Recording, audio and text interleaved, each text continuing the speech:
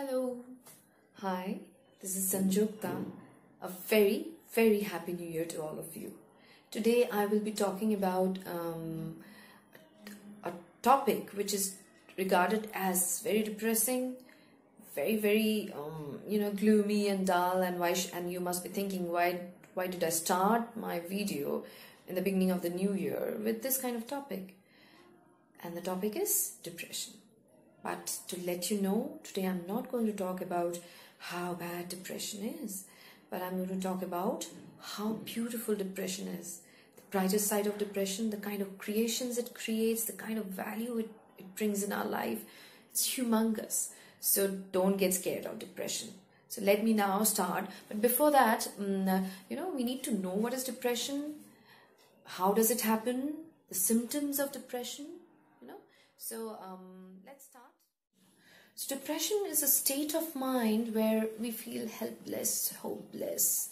We start having self-worth issues, and there is anger to it, there is anxiety to it. A lot of things also come along with depression. So sadness, yes, we feel depression means yes, sadness, but depression only doesn't have sadness. It has a mixture of other angles to it. So there are certain factors that leads to depression, as for example, sudden shock, as for death, accident, like unexpected heartbreaks, then somebody insults you out of the blue. Many other sudden shocks can lead to depression. Then there is prolonged struggle can also lead to depression. So it's like when we are suffering with money for quite a long time, or we don't have a job for quite a long time, or I'm struggling with my spouse for in relationship issues for quite some time. So these prolonged kind of struggles can also lead us to this kind of state.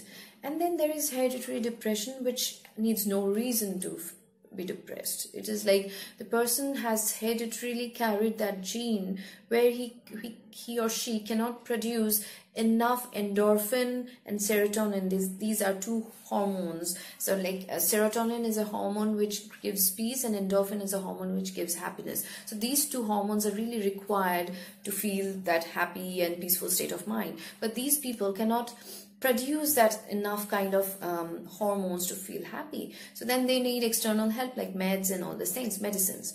So then there is biological changes which leads to this kind of state. As for example, for women it is like it's like the monthly cycles. But that it's like very rare, or kind of women have those kind of very severe kind of depressions during the cycles.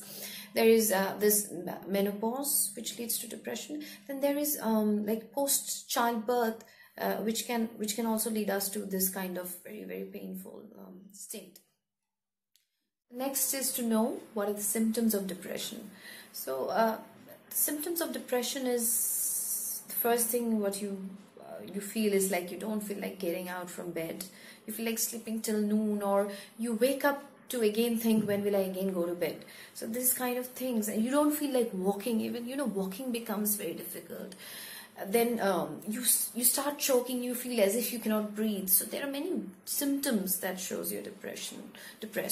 Then you eat a lot, or you eat very less. So and for mothers, with the newly born child, so for them, sometimes when they go through this state, they think they're even incapable of taking care of their kids. They feel that the kids are a burden for them, and they start feeling guilty. Why am I not being able to take care of the kid? But they actually are going through severe depression. So before judging anybody that why somebody is so lazy, doesn't want to work, or why this lady is not taking care of her child, let's really get to the root of it and understand why that person is behaving the way that person is behaving, and then I'm sure we'll get to know the reason behind it. So now I come to the most important and the most interesting part of the video, which is the brighter side of depression. So in the beginning of the video, I said that, depression is not always that depressing. Yes, it is depressing in the beginning, but it depends on me how I can change it into the brighter side. So let me back it up with science. Research and a lot of case studies has shown that depression can be a very, very, very good springboard to a lot of creativity in terms of art, like, writing stories, poems and songs, and paintings, making movies, and even entrepreneurs can take a lot of creativity out of the pain and can become successful entrepreneurs. So let me compare depression with law of conservation of energy. So law of conservation of energy, what does it say? It says that energy can neither be created nor destroyed, but it can be transformed. So let us take the example of a dynamite. So a dynamite is a chemical energy. So when it bursts, it transforms itself into kinetic energy. So depression, it is also kind of a chaos and a pain, and it is one kind of thing which can be transformed into positive or negative. Both can be transformed into something, but it depends on us what we want to transform it, whether to transform into positive energy, or we want to transform into negative energy, constructive, destructive. So now people who go into the destructive tendencies of depression, they go into drugs, alcohols, suicidal tendencies, or they finally commit suicide, kill others. These are the destructive channelization of depression. But there is also this constructive channelization of depression where people create art in terms of what I said before, songs, music. They create they become wonderful human being inside, because they seek a lot, they want to learn, they evolve through that pain and everything. So these are the constructive path which can be used when we go into depression. So I'll give you the example of some famous people who went through depression and created wonders out of it. So the first example is a music composer, Beethoven. He is still a legend. Everybody loves him. And do we know that he went through severe depression because he was losing his hearing power? And for a musician, hearing power is everything, because you create music by hearing it. So and many a times he felt like committing suicide and ending his life, but only one thought that stopped him from taking this drastic decision was that he felt that he has still not given enough to the world to leave the world. What a lovely thought that came out of the pain, that came out of the depression. Yeah, and then that's how he created history with his it's wonderful music. Then comes another example of a songwriter and a singer, Lady Gaga. She went through severe depression.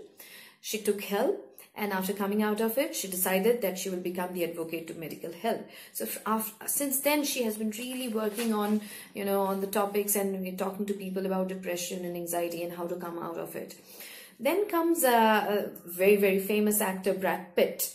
So he grew during 1990s, right, with his movies like Fight Club, and all these things. So during those times, nobody knew that he was going through severe pain, in his life in terms of depression. But he could convert the depression into creativity in the kind of movies he made at that time. And after that also, the next example, I'm sure you will all love it, is about J.K. Rowling, Harry Potter. So she was a divorcee. She had no money. She was going through severe depression, and despite of that, she kept writing. She used to keep moving from one cafe to another and kept writing in cafes. And there were times when she wanted to end up her life, commit suicide, but she still kept writing, right? And then that's how we all know that through the pain that she had through depression, she could use that pain to create imaginative stories, such wonderful stories of the world of Harry Potter. So then comes another example. I would like to give the example now of something not related to art, Winston Churchill. Yeah. So Winston Churchill, when he was the Prime Minister of England, he was going through severe depression. But during that time, he was able to successfully, handle the England, and at the same time, he was able to bring out England out of the Second World War. So now we come to the final part of the video to understand that how I can channelize depression in a constructive way. So we know that depression can be channelized into a constructive way, but I now need to know how to channelize it into a constructive way, right? So, this famous actress, Emma Thompson, she is a British actress and a screenwriter. She says, depression is fantastically common, and it's a very much hidden thing people don't talk about. I think it should be discussed. So the first thing is that we really should go and seek out help and talk to others. Let's not make it a taboo and feel that, oh my God, if I tell that I have a depression, what will people think of it? The highest amount of suicidal rates in youngsters is where? Do you know where? It's in India. So it's because this depression is not held properly. It is not, addressed properly in our country, because there's a lot of taboo behind it, thinking that, oh my God, people might call somebody who is depressed is mental. And that's what stopped people from, reaching out to psychologists, psychiatrists. So the first thing, if you really want to channelize depression into a constructive way, go fetch out a friend first. If it is mild, I'm sure talking to a friend will go away, will help you, get rid of depression. But if it is a little severe one, then you should, reach out to a psychologist and talk to that psychologist. And I'm sure the psychologist, after talking to you, will know whether you need medicines or not. If you need medicines, that psychologist will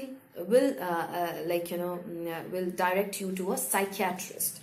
So that's the time you have to trust the psychologist and reach out to the psychiatrist.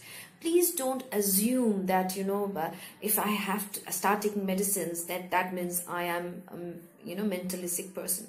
Please try to understand that, the way when I have diabetes, do I not take insulin? Do I not take meds? I take meds because, diabetes means I lack the hormone insulin in my body, right? The same way thyroid, the problems that thyroid creates, it's like we take the hormone thyronome from outside to really balance the hormone that is lacking inside, right? In the same way, depression is nothing but a lack of hormone. So there is a hormone, as I already spoken, it is endorphin and serotonin. Endorphin is a happiness creating hormone, and serotonin is a peace creating hormone. So when all these kinds of events and shocks and all these things happens, or prolonged struggles happens and all these things happens, or hereditary, any of those things can lead me to depression. That means the hormones in my body has gone down, and if it has gone down severely low, then we need help. Please don't assume that you will be all right without taking help. This is also biological, issue which needs to be treated biologically with the help of medicine. So once we start taking help, we meet psychologists, we meet psychiatrists and all these things, then we see the brighter side, start seeing the brighter side of depression, and just wait and watch. Once you're in that process of recovery, you are in that process of wonderful, self-realization, creation, evolving yourself from the better you, becoming the better you, and all these things happen, and you will be amazed to see what change it brings in your life. Yeah. So yes, so let's be happy, thinking that, oh wow, I have a depression, so there is lots to learn now. Without depression it would be a very dull and drab life, as like any other people go through. So let me go through some depression and learn and love life in a different way. Yeah.